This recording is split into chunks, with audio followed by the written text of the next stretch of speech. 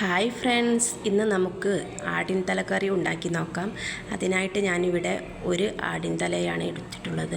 ഇത് നന്നായിട്ട് കഴുകി ക്ലീനാക്കി എടുക്കാം. എന്നിട്ട് നമുക്ക് ഒരു കുക്കർ ഗ്യാസ് അടുപ്പിൽ വെച്ച് ഫ്ലെയിം ഓൺ ചെയ്ത് കൊടുക്കാം. കുക്കർ ചൂടായി വരുമ്പോൾ അതിലേക്ക് 2 ടീസ്പൂൺ ഓയിൽ ചേർത്ത് കൊടുക്കാം. എണ്ണ ഒന്ന് ചൂടായി വരുമ്പോൾ ഒരു സവാള നല്ല കനം കുറച്ച് അരിഞ്ഞെടുക്കാം. സവാളക്ക് പകരം നമുക്ക് ചുവന്നുള്ളിയും ചേർക്കാവുന്നതാണ്. ചുവന്നുള്ളിയാണെങ്കിൽ ഒരു 20 എണ്ണം എടുത്താൽ മതി. പിന്നെ ഒരു തക്കാളി നല്ല സ്ലൈസായിട്ട് അരിഞ്ഞെടുത്തിട്ടുണ്ട്. സവാള ഒന്ന് വഴണ്ട് കിട്ടുമ്പോൾ നമുക്ക് അതിലേക്ക് ഈ തക്കാളി അരിഞ്ഞു വെച്ചത് ചേർത്ത് കൊടുക്കാം. എന്നിട്ട് നന്നായി ഇളക്കി കൊടുക്കാം. 1 ഇഞ്ച് വലുപ്പത്തിലുള്ള ഇഞ്ചി കഷ്ണവും ഒരു വെളുത്തുള്ളിയും ചതച്ചെടുത്ത് ഈ തക്കാളി വഴണ്ട് വന്നതിലേക്ക് നമുക്ക് ചേർത്ത് കൊടുക്കാം. എന്നിട്ട് നമുക്ക് നന്നായിട്ട് ഇളക്കി യോജിപ്പിച്ച് കൊടുക്കാം.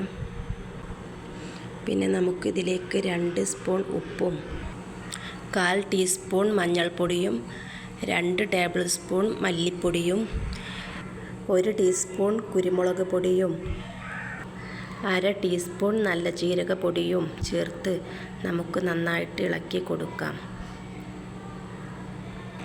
ഈ പൊടികളുടെ പച്ചമണം മാറിയതിനു ശേഷം നമുക്ക് അതിലേക്ക് ഒരു 1/2 കഷ്ണം ചെറുനാരങ്ങ നീരും ചേർത്ത് ഒന്ന് ഇളക്കി യോജിപ്പിച്ച് കൊടുക്കാം. എന്നിട്ട് നമുക്കിതിലേക്ക് ഒരു 2 ഗ്ലാസ് വെള്ളവും ചേർത്ത് നന്നായിട്ട് ഇളക്കി യോജിപ്പിച്ച് കൊടുക്കാം.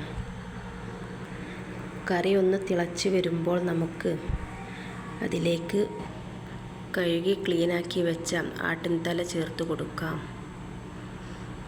ആട്ടിൻതല ചേർത്ത് കൊടുത്തിട്ട് നന്നായി ഇളക്കിയതിന് ശേഷം നമുക്ക് കുക്കർ അടച്ചു വെച്ച്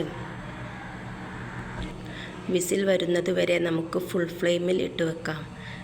വിസിൽ വരുമ്പോൾ നമുക്ക് മീഡിയത്തിലാക്കി വെച്ച് ഒരു 20 മിനിറ്റ് കുക്ക് ചെയ്തെടുക്കാം.